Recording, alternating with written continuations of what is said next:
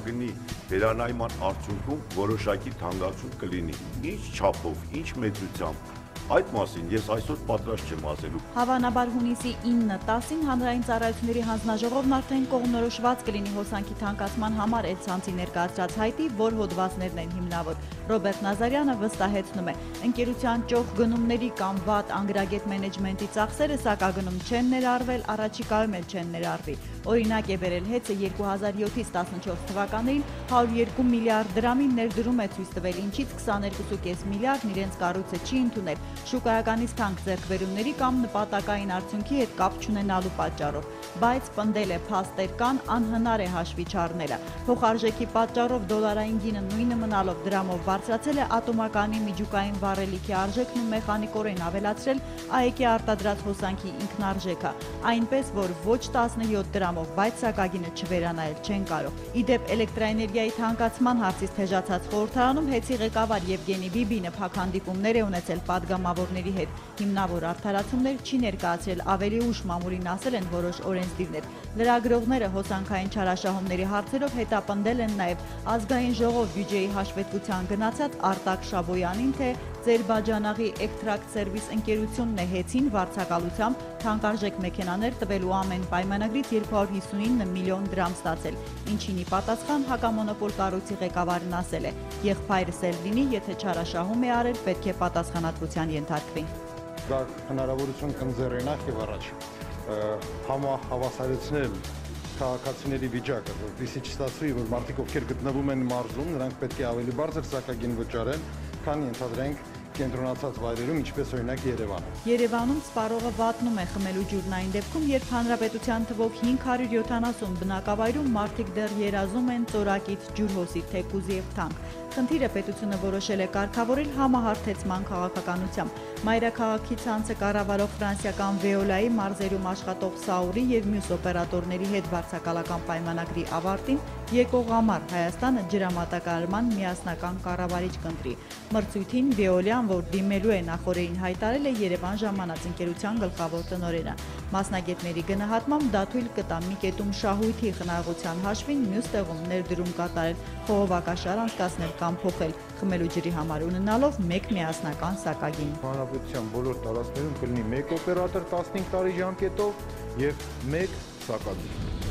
Կերասենին որակավորում ենք, դասավորում ենք արկղերի մեջ եւ արտահանում են։ Արմավիրի Արմավիր գյուղում կերասի բերքահավաքի եռուն շրջանն է։ Առաջին մի քանի խաղի թանկարժեք պտուղը հենց դաշտից միանգամից արտասահման է գնում։ Կերասի դեպքում այս փուլում է, որ հողագործը հասկանում է տարին եկամտաբեր եղավ, թե ոչ։ Այգետեր Զարզանդի դեպքում օրինակ պարզվում է այո, հաշվել է, ռոռոկման, պարարտացման եւ մյուս աշխատանքների վրա ծախսած 500,000 դրամի դիմաց 1 հեկտար տարածքից 2 միլիոն փող կունենա։ Այն էր, երբ ծառերի դեռ միայն կեսն է բերքի տակ։ Այդ ինչպես ստացվեց, միրգն առատ է, իսկ շուկայում գները դեռ բարձր սպառողների հարցին կերասի աճեցման հարցում մասնագիտացած այս գյուղում բացատրում են։ Արտահանման բաժինն ավարտեն, գինը միանգամից կընկնի։ Հիմա իրենք բարձրորակ բերքի մեծ ծավալներով իրացման հարց են լուծում, այդքան ապրանքը նման գնով Հայաստանում չի վաճառվի։ Դաշտերում ֆիքսված գնացուցակի համաձայն, եթե բերքն օդանավով է Ռուսաստան ուղարկվում, արտադրող առաքող վաճառքի արժեքը սկսվում է կիլոգրամը 1000 դրամից,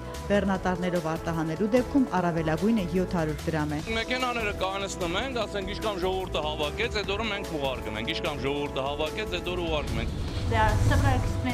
2015 թվականին հայկական տնտեսությունն աճ չի արձանագրի, քանի որ Ռուսաստանի ազդեցությունը կլինի նաև Հայաստանի վրա։ Արժույթի միջազգային հիմնադրամի վերլուծաբանները չեն կիսում վարչապետի վերջերս արտահայտած լավատեսությունը, թե բիզնեսը սկսել է աշխուժացման նշաններ ցույց տալ եւ որ երկիրը տարեվերջին տնտեսական աճ է ունենալու։ Դրական զարգացում կարելի է սպասել միայն 2016 թվականին, շարունակում են պնդել միջազգային ֆինանսական կառույցի փորձագետները։ Իրենց տեսակետը հիմնավորելով Ռուսաստանից Հայաստան ներհոսող տրանսֆերների կտրուկ նվազումով, իսկ բուն դաշնությունում սանկցիաների ու նավթի էժանացման առաջ բերած ֆինանսական խնդիրներով, այնպես որ տարածաշրջանային եւ համաշխարհային տնտեսական ցնցումների համատեքստում նավթ չունեցող Հայաստան ըստ ԱՄՀ Երևանյան գրասենյակի ղեկավարի միևնույն է ոչ անմիջականորեն, բայց կախված է մնում սև ոսկու գնից։ Հարկ վճարումը կրկնակի անգամ թաքցնում է իրացման շրջանառությունը։ Խոսքը Վանաձորի ամենաբանուկ հատվածի մթերային խանութի մասին է, այն որ բնակչության սոցիալական վիճակից կախված մարզերում բիզնեսը մայրաքաղաքի չափ փող չի ապահովում, բոլորը գիտեն։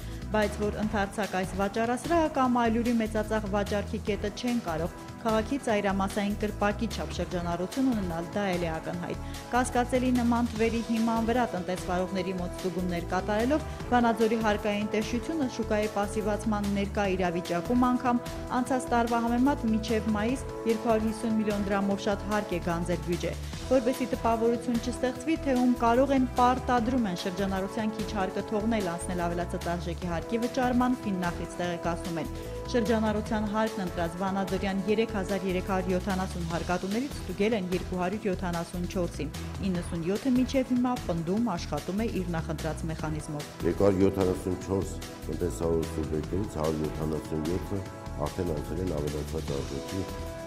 հարկով հարկի վճարում։ Անկախ մարդը